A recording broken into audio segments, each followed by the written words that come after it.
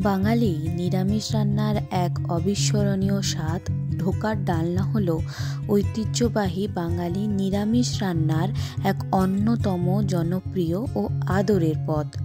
এটি সাধারণত উৎসব, অনুষ্ঠান, পূজা পার্বণ বা বিশেষ পারিবারিক ভোজের সময় একটি প্রধান আকর্ষণ হিসেবে পরিবেশিত হয়।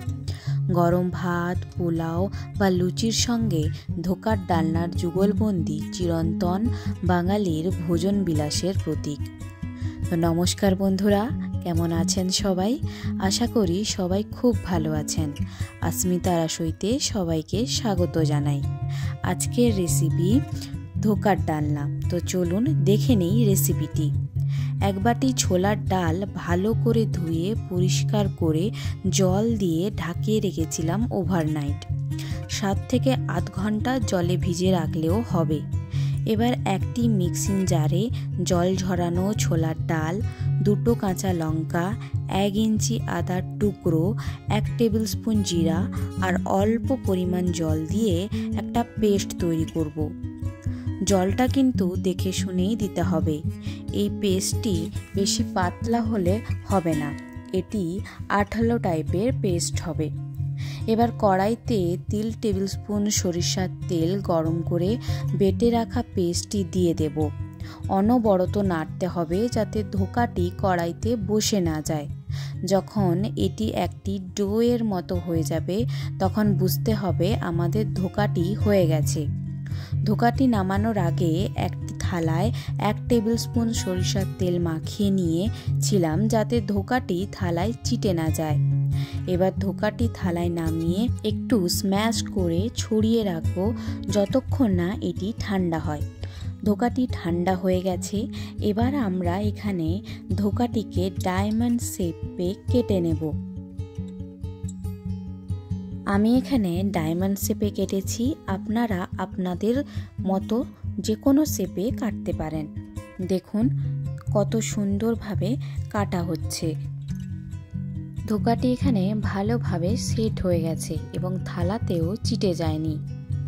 এবার ডালনার জন্য যে গ্রেভিটি তৈরি করব তার জন্য মিক্সিং জারে নিয়েছি 2টি মিডিয়াম সাইজের টমেটো, 5 থেকে 6টি কাজু, 1 ইঞ্চি আদার টুকরো, 1 টেবিল স্পুন জিরা, 2টি কাঁচা লঙ্কা, পরিমাণ মতো জল দিয়ে একটি স্মুথ পেস্ট তৈরি করে নেব। এবার কড়াইতে তেল গরম করে একে একে কেটে রাখা সমস্ত ধোকা লাল লাল করে ভেজে তুলব।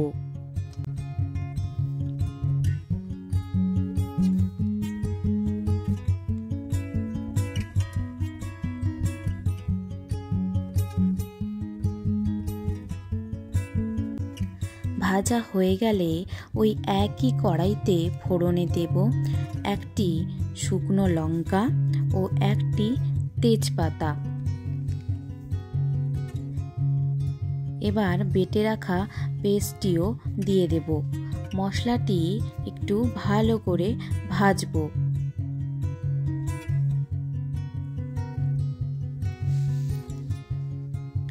এবার কিছু বেসিক মশলা আমরা দিয়ে দেব, যেমন 1 টেবিল স্পুন হলুদ গুঁড়ো, 1 টেবিল স্পুন কাশ্মীরি লাল লঙ্কার গুঁড়ো, স্বাদ অনুযায়ী লবণ। সমস্ত মশলা ভালো করে ভাজবো যতক্ষণ না মশলা থেকে তেল ছেড়ে আসছে। মশলা থেকে তেল ছেড়ে এলে এখানে 1/2 কাপ দুধ ও মশলা ধোয়া জল যোগ করব। মশলাটি একটু ভালো করে কষবো। যখন দেখবেন মশলা থেকে তেল ছেড়ে দিয়েছে তখন 2 বাটি মতো জল যোগ করে দেব।